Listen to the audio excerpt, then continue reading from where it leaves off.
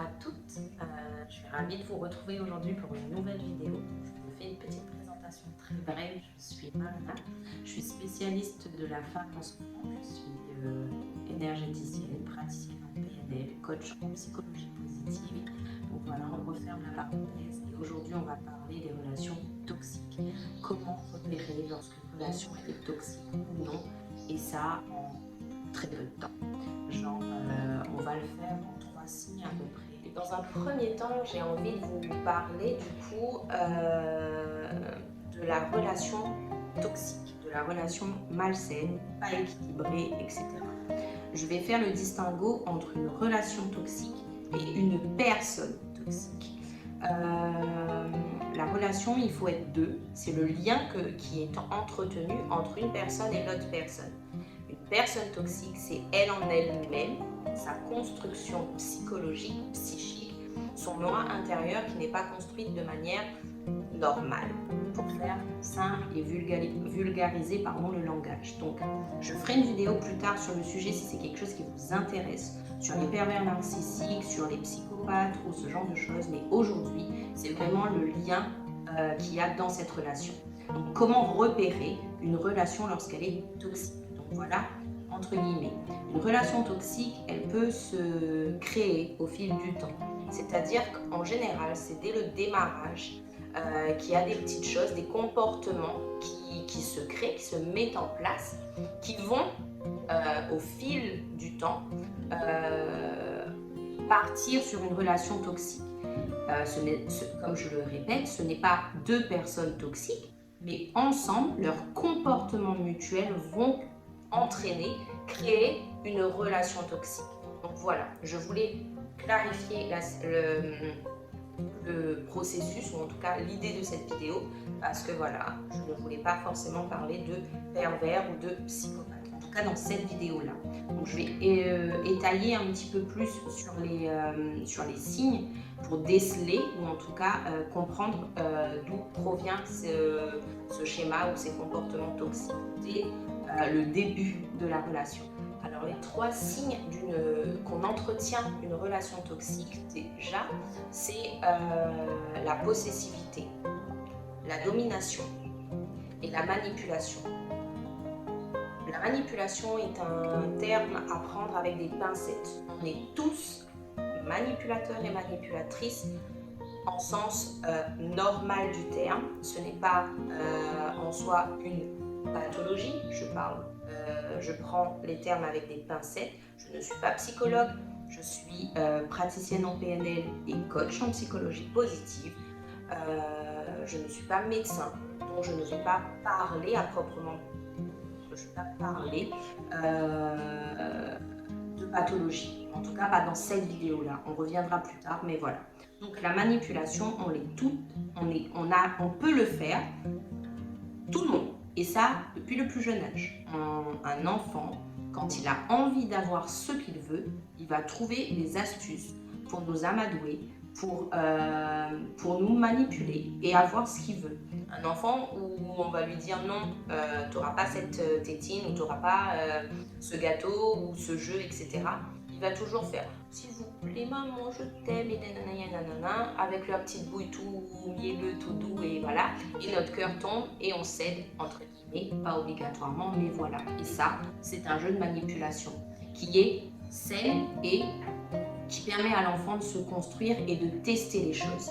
Donc la manipulation, on le fait toutes, à moindre échelle, à plus grande échelle, mais c'est quelque chose qu'on le fait naturellement. Donc ne pas dramatiser ce terme, je voulais juste rappeler un petit peu dans le contexte ce que c'est la manipulation. Donc les 3 signes, comme je viens de le dire, c'est la possessivité, la domination et la manipulation.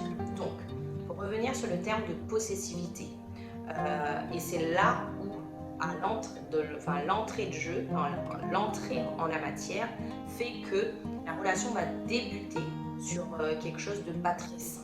Donc je vais développer cette petite idée et puis voilà. Et on viendra chacune des items au fur et à mesure. Donc la possessivité, c'est des comportements que l'on a de jalousie, qui soient maladives ou pas, qui fait que c'est ma chose, c'est mon copain, c'est ma copine, elle est à moi, entre guillemets. On va aller danser, par exemple, on va s'afficher avec la personne, on n'aura pas envie que quelqu'un d'autre le regarde ou que quelqu'un d'autre l'approche. Pour autant, c'est un manque de confiance mutuelle parce que peut-être que la personne, elle n'est pas intéressée ou elle n'aura pas envie d'y aller. Et pourtant, on va entretenir ce rapport de possessivité. Ça peut être je ne parlerai pas. Des fois, c'est nous-mêmes qui nous inculquent, pas forcément la personne d'en face, mais je vais moins parler avec mes amis parce que moi, si j'étais à sa place, j'aimerais pas qu'il parle avec des filles toute la journée, par exemple. Alors que c'était des amis qu'il avait depuis X années, peu importe. Donc voilà, cette possessivité, on entretient finalement, je l'appartiens, il m'appartient. Donc quelque part, on fait des concessions et pas des compromis. Donc les concessions, je le rappelle, c'est une cession, c'est-à-dire qu'on refuse le droit de quelque chose. On refuse nos envies, on refuse de nous respecter, on refuse de nous donner de l'amour, etc. Concession, c'est céder quelque chose. Ça peut être cédé par la pression, cédé par amour, cédé peu importe. Sauf que lorsqu'on fait des concessions, ça va marcher sur du court moyen terme, ça peut être sur du long terme, mais à un moment donné, à force de faire des concessions, comme le proverbe le dit, chasse le naturel, revient au galop. C'est un petit peu ça. Le fait est de faire beaucoup de concessions, d'arrêter de parler à ses amis, ça peut être par nous-mêmes, comme je le dis, ça peut être aussi sur la demande de l'autre en face, qui nous dit je le sens pas cet ami, il est un peu proche de toi, enfin bref, et pour pas créer finalement cette jalousie et entretenir, et on se retire et puis on dit ok, j'arrête de parler avec cette personne. Donc la concession, je le rappelle, c'est ça, c'est de céder sous la pression de quelque chose, de céder à quelque chose qu'on aime, qu'on a envie, qu'on a besoin, qu'on a le droit. Ça peut être notre respect, ça peut être notre amour-propre, ça peut être notre estime de nous, peu importe, c'est de céder quelque chose qu'on n'a pas forcément envie puisqu'on cède par épuisement, par x, y raison. Et à contrario, on a le compromis. Le compromis, lui, c'est quelque chose qui se fait à deux dans une relation. C'est-à-dire, je vais prendre des exemples assez simples et plutôt lambda. Concession, on va dire avec notre enfant, par exemple, et ça peut rentrer un petit peu dans la manipulation entre guillemets, et c'est pour ça que je vous dis à prendre ce terme avec des pincettes. L'enfant qui nous dit « je ne veux pas aller à l'école ». Je ne veux pas aller à l'école. Ok, sauf qu'il faut bien qu'il aille à l'école, on est d'accord, il a, je ne sais pas, 8-9 ans, bref, l'école est obligatoire, il doit y aller. Comment l'emmener finalement à faire ce compromis? C'est de lui dire, par exemple, il est devant son dessin animé, il n'a pas envie d'aller à l'école parce qu'il a envie de regarder son dessin animé. Le truc tout con, c'est de lui dire, ok, en gros, si tu n'as pas envie d'aller à l'école, par exemple, on peut dire, si tu pars à l'école, et du coup, ce soir, tu pourras terminer ton dessin animé, par exemple. Donc, c'est un compromis. L'un dans l'autre, il va à l'école parce que c'est ce que moi j'ai envie. Et lui, il a envie de regarder le dessin animé, donc l'un dans l'autre, on obtient mutuellement ce dont on a envie. Donc c'est une concession, c'est un équilibre. Pas concession, pardon. Un compromis, c'est-à-dire un équilibre. Ça match, ça marche, parce qu'on donne quelque chose et on reçoit. C'est un échange d'énergie, on va dire, et donc d'équilibre. Contrairement à la concession où on cède sous pression ou pas que par amour, on se donne des excuses ou des fausses excuses pour justement faire ces concessions-là. Donc ça, c'est de là, ça peut entrer dans la possessivité. Je possède l'autre ou l'autre me possède, alors qu'on est des personnes à part entière et libres, entre guillemets. Donc voilà, c'est aussi le fait de ne plus... au point d'être possédé finalement ou de se laisser posséder par l'un et l'autre, cette relation fait qu'on s'oublie en fait, qu'on s'efface parce que l'autre prend beaucoup plus de place sur nos propres envies, sur nos propres besoins, sur nos propres droits. Et c'est ça qui fait, qui entretient ou qui va débuter cette relation toxique. Et donc, on va partir sur la domination. C'est là où on vient du coup sur le terme de domination, ou en tout cas sur le lien de dominant-dominé. Ce terme, on va dire, pour le prendre avec des pincettes, ça peut être un jeu et voilà, et c'est ok entre guillemets, sauf que lorsqu'il s'installe, forcément il y a un déséquilibre. Si dans certaines situations, on peut être dominé et puis après dominant, etc., etc., et qu'on trouve un compromis, un équilibre de manière saine, et c'est ok pour chacun d'entre nous. Il y a un moment donné, forcément, on va maîtriser un sujet ou on va, par exemple, pour les enfants ou ce genre de choses, on aura un peu plus d'aplomb et on va se dire, il faut faire comme ci, il faut faire comme ça. Donc, on va dominer la situation ou en tout cas à l'instant T sur quelque chose qu'on maîtrise. Comme je dis, ça peut être s'occuper des enfants, ça peut être n'importe quoi sur un sujet qu'on maîtrise, qu'on va avoir ce rapport de dominante ou dominant tout court, et lui il aura du coup ou elle l'autre rôle donc du dominé ou en tout cas du suiveur. Donc voilà. Donc ça reste un équilibre à proprement parler parce que ça fait un compromis l'un dans l'autre. Des fois c'est sur mon sujet de prédilection et des fois c'est sur ton sujet de prédilection. Le but c'est justement qu'il y ait un équilibre, un échange, un roulement. Lorsque il y a une personne qui domine et l'autre qui est dominée et que ça reste essentiellement comme ça crée des relations toxiques et malsaines, évidemment, puisqu'on n'aura pas notre mot à dire et qu'on prendra en considération uniquement ce que l'autre dit. Et ça, il y a la jonction du coup avec la possessivité, comme je disais tout à l'heure. Le fait est de donner de la place et de donner plus à l'autre qu'à nous-mêmes, qui fait que on entretient aussi cette relation de dominant et dominé. Donc, le but de la relation, comme je disais, c'est vraiment d'avoir un compromis, un mixte entre les deux. Donc, voilà pour le côté dominant, entre guillemets. Comme je le spécifiais tout à l'heure, nous n'allons pas parler de personne manipulatrice, mais juste du terme manipulation et du lien entretenu de la manipulation. L'un dans l'autre, ça en découle, c'est-à-dire que la possessivité du début, où on a l'impression qu'on est tellement amoureuse et que on fait tellement de concessions pour l'autre, qui fait que, et c'est mutuel, je dis, lui aussi, la personne en face, elle peut aussi faire des concessions pour nous. Donc voilà, c'est pour ça que je parle de relation toxique. Relation, encore une fois, c'est un échange, c'est être deux. Donc voilà, la possessivité va entraîner finalement le côté domination-dominé, et donc entretenir cette relation, on va dire, malsaine, en tout cas toxique. Et cette possessivité et cette domination va faire que la personne va manipuler, puisque les deux ensemble font que quelque part, elle obtiendra ce dont elle a envie, ou on obtiendra nous ce dont on a envie. C'est-à-dire,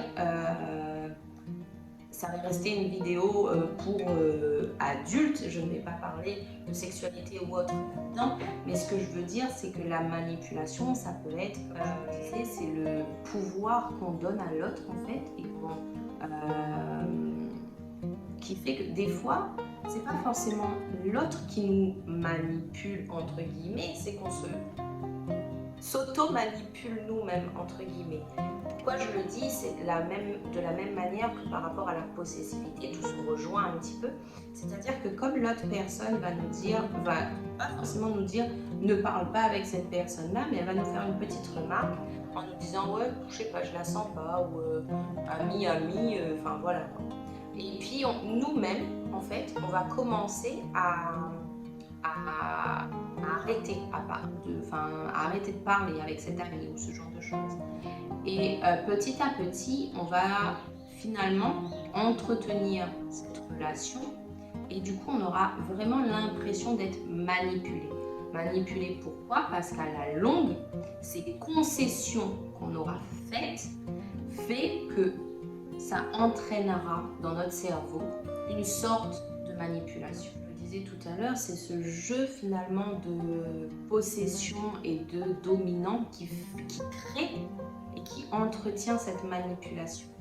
Et c'est là où on est fautif entre guillemets, parce qu'encore une fois c'est notre comportement et le comportement de l'autre personne qui nous renvoie ou pourquoi on a pris cette décision là qui fait entretenir en fait cette relation toxique et donc manipulation, et donc de la manipulation par effet ricochet.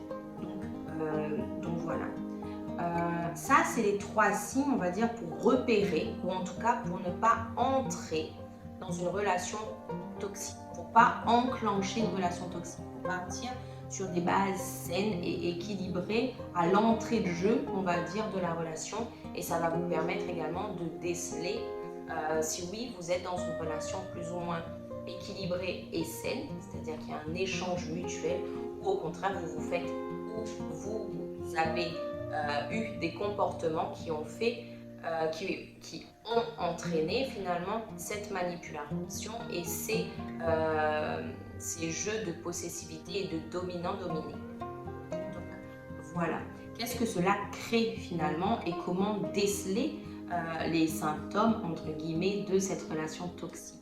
Il y a bien évidemment de la dépendance affective qui entre en jeu. C'est-à-dire qu'on ne fera plus rien, entre guillemets, hein, rien, on s'entend, c'est pas plus, voilà. Mais on aura toujours envie ou besoin que l'autre soit avec nous, que l'autre nous appuie, que l'autre nous aide à prendre certaines décisions, parce qu'on lui aura donné ce statut de dominant. Par de la possessivité ou peu importe, la relation qu'on a établie à l'entrée de jeu fait que ça nous rend finalement dépendante affective. On peut l'être du coup à plusieurs reprises dans plusieurs relations. On peut l'être également dans nos premières relations avant de pouvoir commencer à s'affirmer, etc., etc. Comme on peut avoir eu des relations complètement équilibrées et tomber sur une personne qui nous entraîne finalement cette relation, qui crée cette relation toxique et manipulatrice. Je le répète, ça peut arriver aussi avec des personnalités perverses ou des personnalités manipulatrices, on est d'accord. Mais là, je parle vraiment essentiellement de la relation. Donc voilà, ça crée finalement cette dépendance. Quelquefois, on la crée nous-mêmes, entre guillemets, par nos comportements, par nos choix qu'on va faire, que l'autre va nous induire ou au contraire qu'on va le prendre de manière instinctive, sans même que l'autre aura besoin de nous donner ou nous demander. Donc voilà, on anticipe également les envies de l'un ou de l'autre, fait également que c'est de la manipulation entre guillemets, ou en tout cas ça n'entretient pas une relation toxique. Pour faire simple, pour faire bref, juste un petit exemple. Par exemple, le fait est de on rentre du travail, on arrive et on se dit « Ah, la vaisselle n'a pas été faite, ça va être encore pour ma pomme, bref, ça me saoule, etc. etc. » Sauf que la personne en face de nous, elle n'est pas dans notre tête, les filles. Surtout les hommes. Donc, ils n'ont pas la même notion, les mêmes connexions neuronales que nous. Si on leur dit pas est-ce que tu pourrais faire la vaisselle s'il te plaît pour moi ce soir, ça ne viendra pas instinctivement. Chez certains oui, chez d'autres non. Et nous, l'erreur qu'on fait entre guillemets en tant que femme et en tant que fille dans les relations, c'est qu'on veut tellement faire plaisir, on veut tellement donner par amour, soi-disant parce qu'on aime la personne, qu'on ne va pas lui demander, on va se dire « Ah bah je vais faire la vaisselle, ah ça va lui faire plaisir, oh je vais le chouchouter, etc. etc. » Donc en gros, on ne lui laisse pas la place de pouvoir le faire. Et ces comportements qu'on a va créer finalement une habitude de vie, une habitude où lui, il est confortable dedans puisque vous allez tout donner. vous allez tout faire. Il aura juste à prendre du plaisir. Donc, forcément, notre comportement est bénéfique, entre guillemets, pour lui. Donc, il n'a pas à se rebeller par rapport à cette situation-là. C'est ce qui fait que notre comportement de base, nous, en tant que femmes, entretient ou en tout cas crée également cette relation dite toxique, parce que ces comportements à répétition va créer des habitudes de vie. Et quand du jour au lendemain on va lui dire j'en ai marre, que c'est toujours moi qui le fais, il ne comprendra pas parce que c'est devenu une habitude. Et une habitude, comme son nom l'indique, on s'habitue. Et ça devient un confort, une zone de confort. Et lorsqu'on dit moi j'en ai marre, et l'autre ne comprend pas pourquoi, puisque vous l'avez fait tellement de bon cœur, à proprement parler, sans même qu'il vous demande quoi que ce soit. Et pour lui c'est que vous le faites par amour, c'est vous le faites parce que vous avez envie. Il ne voit pas pourquoi c'est un fardeau en fait, puisque vous l'avez toujours fait, vous l'avez fait de bonne intention en premier abord. Mais c'est cette répétition d'actes et de comportement qui crée finalement ce manque d'équilibre dans la relation. Donc du jour au lendemain, on lui dit non, là j'en ai marre, il ne va pas forcément comprendre. Donc ce comportement, il est plus ou moins à bannir, pas plus ou moins, il est à bannir parce que c'est ce qui fait également ce déséquilibre. Le fait est que oui, j'ai envie de faire plaisir à mon copain, oui, j'ai envie de faire plaisir à ma famille, oui, j'ai envie de faire plaisir à mon enfant, etc. Sauf que j'aimerais bien que l'autre me fasse plaisir. Donc ce soir, je rentre, la vaisselle elle n'est pas faite, j'ai envie d'aller prendre une douche, je peux dire à l'autre, est-ce que tu peux faire la vaisselle pour moi le temps que je me douche et comme ça après on mange ou on passe à table ou ce genre de choses. Peut-être qu'il nous dira, si c'est, on va dire, à l'entrée de jeu, au début de la relation, il ne criera pas, entre guillemets, il ne va pas trouver ça anormal parce que c'est logique de s'entraider. Et c'est cette logique de s'entraider qu'on va, entre guillemets, créer dès le début de la relation qui va faire que la relation, elle sera équilibrée.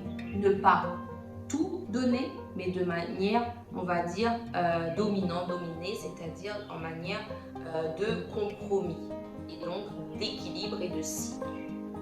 Donc voilà, concernant la dépendance, oui, parce qu'on crée finalement cette dépendance-là entre nous et la personne. On devient indispensable pour l'autre, comme l'autre devient indispensable pour nous, et ça crée également un conflit interne personnel parce qu'on donne, et on ne reçoit pas, ou en tout cas pas de la manière qu'on aimerait, qui fait que quelque part on se vide en fait de notre énergie et on ne se remplit pas, et du coup c'est ce qui fait qu'à un moment donné on en a marre et on en a ras-le-bol et on se dit que la relation elle est toxique, que l'autre il est toxique pour nous, etc.